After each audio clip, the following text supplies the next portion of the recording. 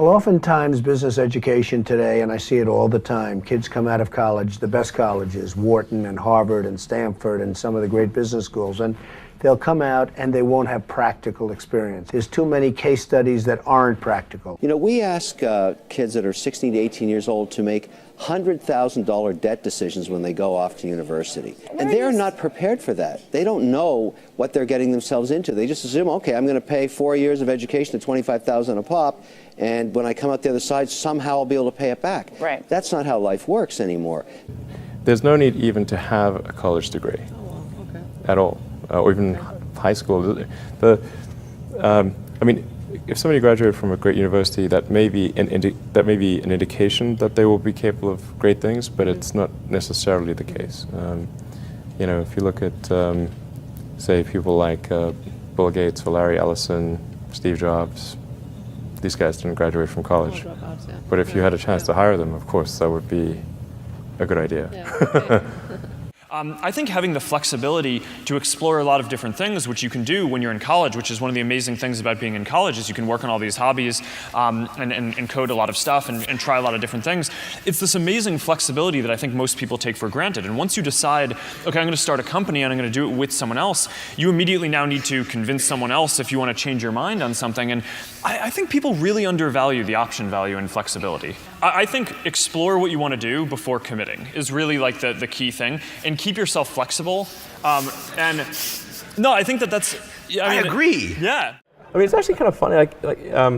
You know, if you think of like what is education, like you're basically downloading data and algorithms into your brain, and it's actually amazingly bad in conventional education because like it shouldn't be like this huge chore. You know, someone's standing up there kind of lecturing at people, and they've done the same lecture 20 years in a row, and they're not very excited about it. And in fact, I think a lot of things people learn, probably there's no point in learning them, because they never use them in the future. Because a lot of kids just in school kind of puzzled as to why they're there. The people who are doing the work that we care about are figuring out what to do next, not following the person who told them what to do next. And the problem with most colleges is they are high school, but with more binge drinking. The entire purpose of a good university is to give you a foundation to fail, not a foundation to get an A. And if you graduate from college with straight A's, you have to do some serious soul searching as to why you chose to spend your time doing that. The A students work for the B students, the C students run the businesses, and the D students dedicate the buildings. It's like the newspaper industry, right?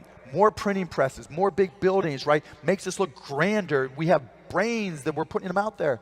There's a point of diminishing returns in terms of what it's worth for a college education and how much debt you're willing to saddle yourself with. A lot of people follow. A lot of people are followers. Generally, if not, we'd have problems. We have too many entrepreneurs. We have too many successful people. Like, look how many people go through business classes.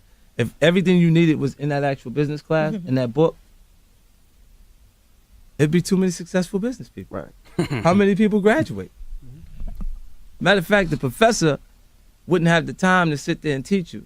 That knows this book damn near verbatim, page by page, he knows it, right? Because he'd be an entrepreneur. Yeah, he's too busy. I'm doing way too much right now because I got the palm trees and we selling so much of stuff that I'm doing that I ain't quite got time to teach no mother class right now because I'm winning. And so when you walk into a boardroom with a bunch of guys in suits who all went to college, you're fine.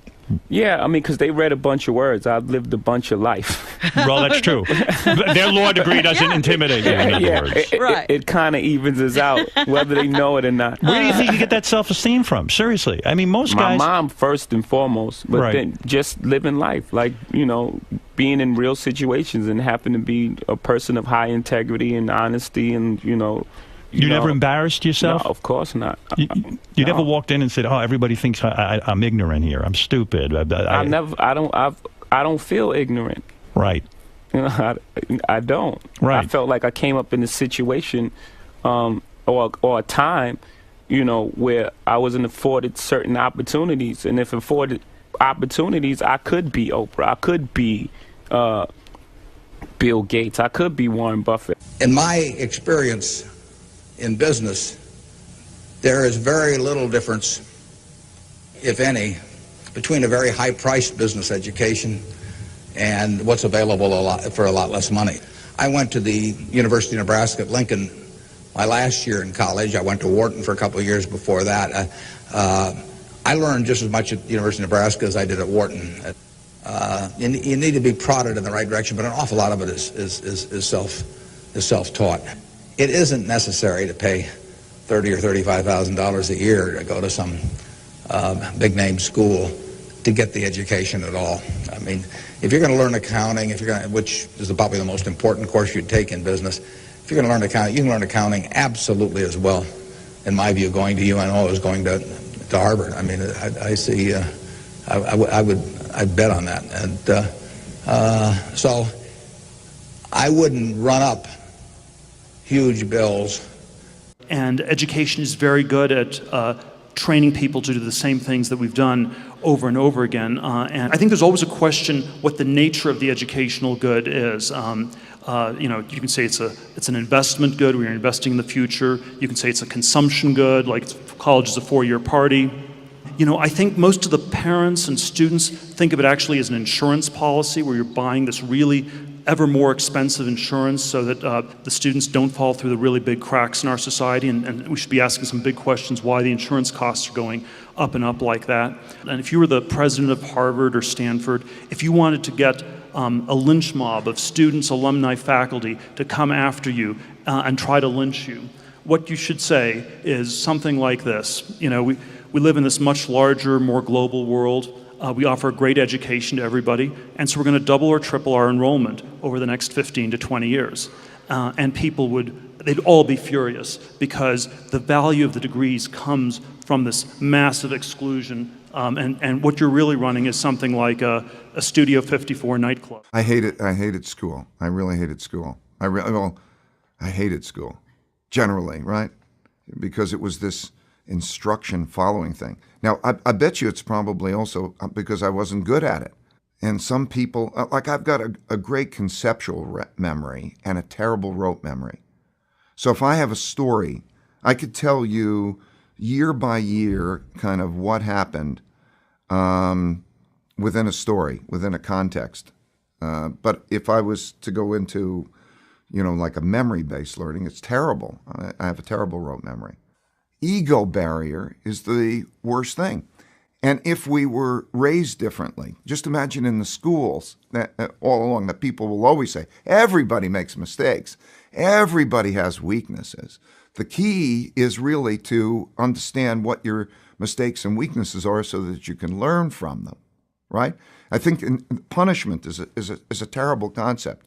Punishment means that you made a mistake and you're being punished. I think instead of punishment, every time somebody makes a mistake, you should say the only thing that you need to do to get out of your punishment is first think, what kind of mistake was that? So if I'm in a situation that's like that again, how would I deal with it differently, not to make that mistake? So that learning should come from the mistake, not punishment, because you're teaching people not to make mistakes. Where's where the learning comes from, not the appreciation that if you keep doing this over and over again, you're going to keep encountering the same outcomes. It's an extremely corrupt system we have at this point. We have an education bubble. In the U.S., we have $1 trillion of student debt.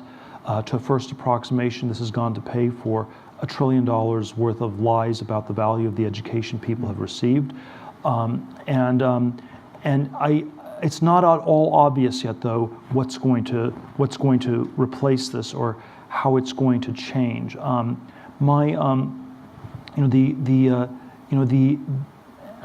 somewhat skeptical that it will be replaced by any sort of single unitary system. I have this fellowship for young people to start companies.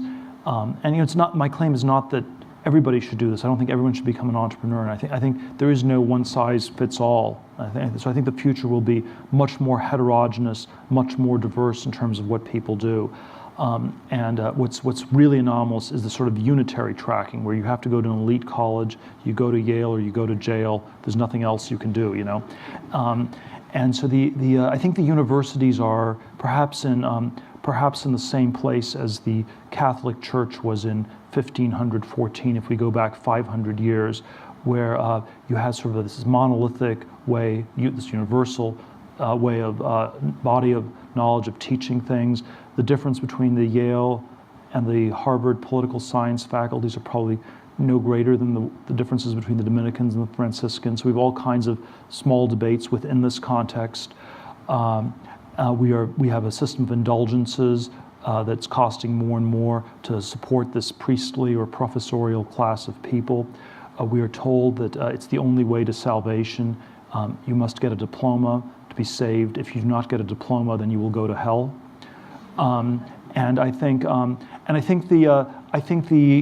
message that I have that's like the 16th century reformers, that's a somewhat troubling message, is that you have to work out your salvation on your own. You have to save yourself, and that's I believe that is the truth, but it's a somewhat uncomfortable one.